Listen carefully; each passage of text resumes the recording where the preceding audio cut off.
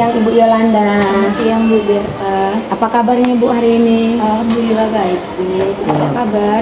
Sehat Bu, sehat. Bu Yolanda, 3 hari yang lalu kan saya sudah menyampaikan sama Ibu untuk supervisi akademik ini ada 3 tahapan yang akan kita lalui. Yang pertama tahapan pra-observasi, yang kedua observasi, dan yang ketiga tahapan pasca observasi.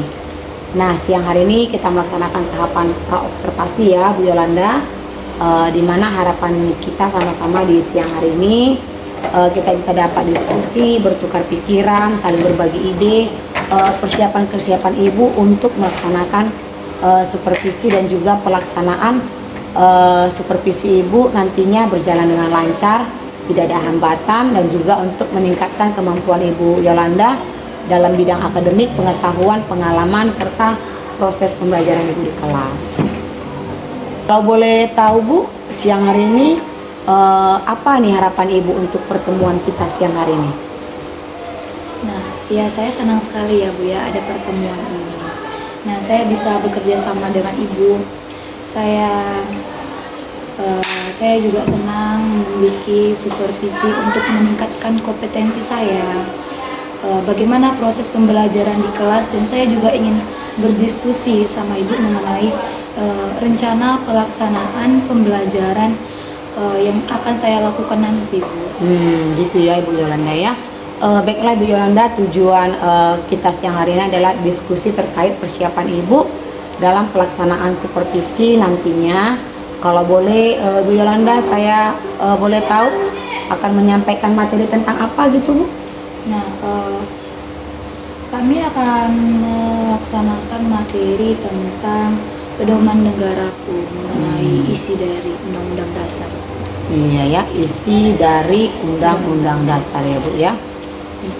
Terkait dari materi tentang pedoman itu Bu, isi Undang-Undang Dasar 1945, jadinya nanti kira-kira dari materi tentang terkait materi tentang isi daripada Undang-Undang 1945 itu Bu Yolanda, tentunya ada tujuan pembelajaran nih gitu ya Bu ya, yang akan dicapai oleh peserta didik. Kira-kira apa yang menjadi tujuan pembelajaran ini? Nah, adapun tujuan dari pembelajaran yang akan saya lakukan pada minggu saya, nanti saya akan berikan kegiatan itu seperti mereka membaca atau praktik langsung. Mereka akan mengetahui bagaimana sih proses terjadinya pembentukan dari Undang-Undang Dasar itu sendiri, bagaimana prosesnya gitu. Baru bagaimana tentang apa sih isi dari Undang-Undang Dasar itu sendiri, bukan secara umum saja tapi ada secara terperincinya. Oh iya Bu ya, luar biasa sekali Bu tujuan pelajaran yang akan mau Ibu sampaikan kepada peserta didik. Nah, nanti tujuan pelajaran ini kira-kira Bu di area mana yang mau Ibu kembangkan gitu? Nah, ya seperti tadi kan tujuan pembelajaran yang pertama itu kan seperti kayak membaca kan, bukan menggali informasi lagi. Nah, di sini saya ingin meningkatkan literasi siswa. Jadi dengan membaca mereka mampu memahami bacaan, nanti mereka juga akan mencatat informasi hal baru apa yang mereka baru ketahui gitu kan Bu. Dan juga mengenai materi ini. Nah, ini juga dapat meningkatkan literasi mereka dalam membaca. Terus kedua, dalam tujuan ini adalah pengamatan. Nah, mereka mengamati, melakukan bagaimana bersama teman-teman kelompoknya, dan juga begitu mereka juga akan belajar berdiskusi serta berkolaborasi dengan teman-temannya, bagaimana menjawab pertanyaan-pertanyaan, diskusi dengan teman-teman sekelompok. Gitu ya Bu ya. Berarti Bu ada kerjasama yang baik di antara teman-teman kelompok siswa yang sudah berkelompok tadi ya Bu ya.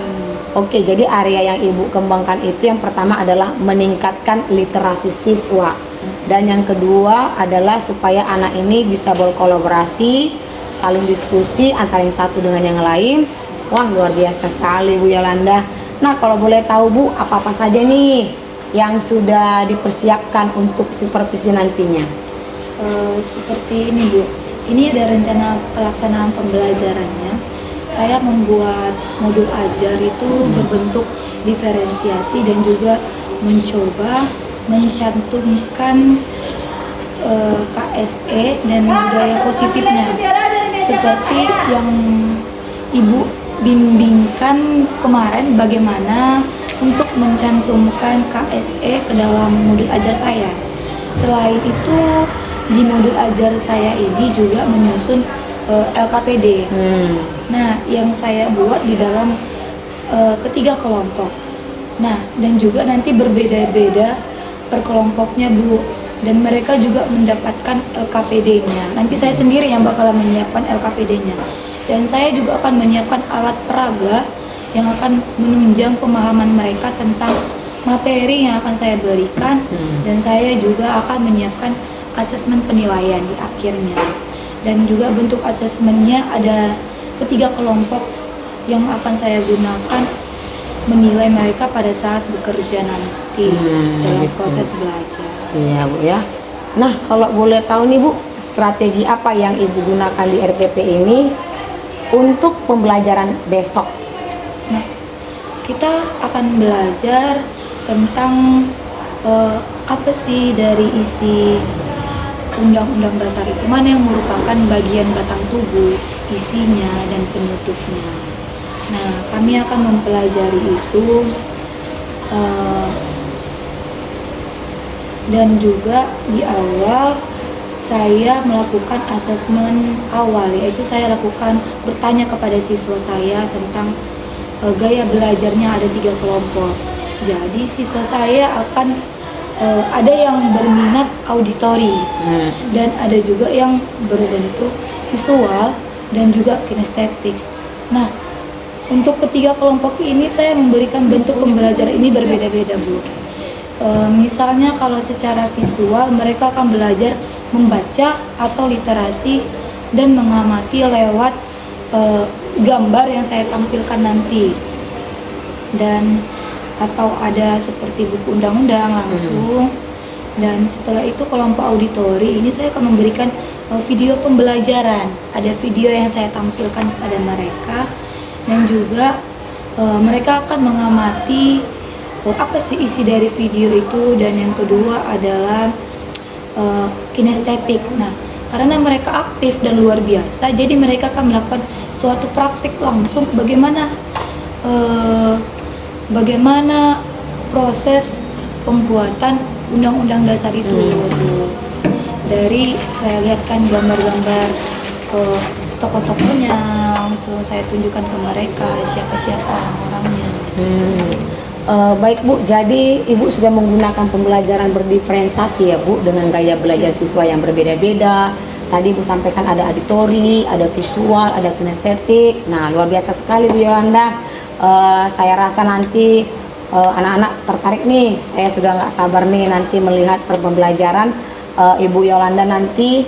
Nah, setelah saya mendengar ini persiapan-persiapan dari Ibu Yolanda, strategi Ibu yang sampai alat peraga untuk pembelajaran diferensiasi, kapan nih Bu dilaksanakan proses pembelajarannya tersebut?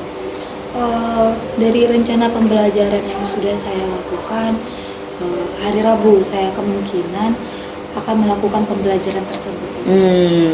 Berarti besok ya Bu ya, Ibu akan melakukan pembelajaran. Nah, saya akan datang Bu ke kelas Ibu dan melakukan supervisi kelas. Saya akan melihat hal apa saja yang terjadi di dalam kelas Ibu. Kemudian setelah Ibu melakukan kegiatan pembelajaran, kita akan bercakap-cakap kembali, yaitu pasca observasi yang nantinya akan didampingi oleh Ibu pengajar praktik saya. Sebelum kita akhiri, kira-kira apa yang Ibu dapatkan dari hasil percakapan kita kali ini? Nah, yang saya dapatkan adalah bagaimana gambaran untuk pelaksanaan pembelajaran yang akan saya lakukan besok. Jadi seperti modelnya, strateginya, dan juga media pembelajaran yang akan saya tampilkan untuk pembelajaran besok. Iya. Baik Bu Yolanda, terima kasih buat waktunya yang sudah bersedia untuk bercakap-cakap, berbincang-bincang dengan saya. di pra observasi ini sampai bertemu Ibu Yolanda di kegiatan observasi. Selamat siang Bu Yolanda. Ya, selamat siang Bu.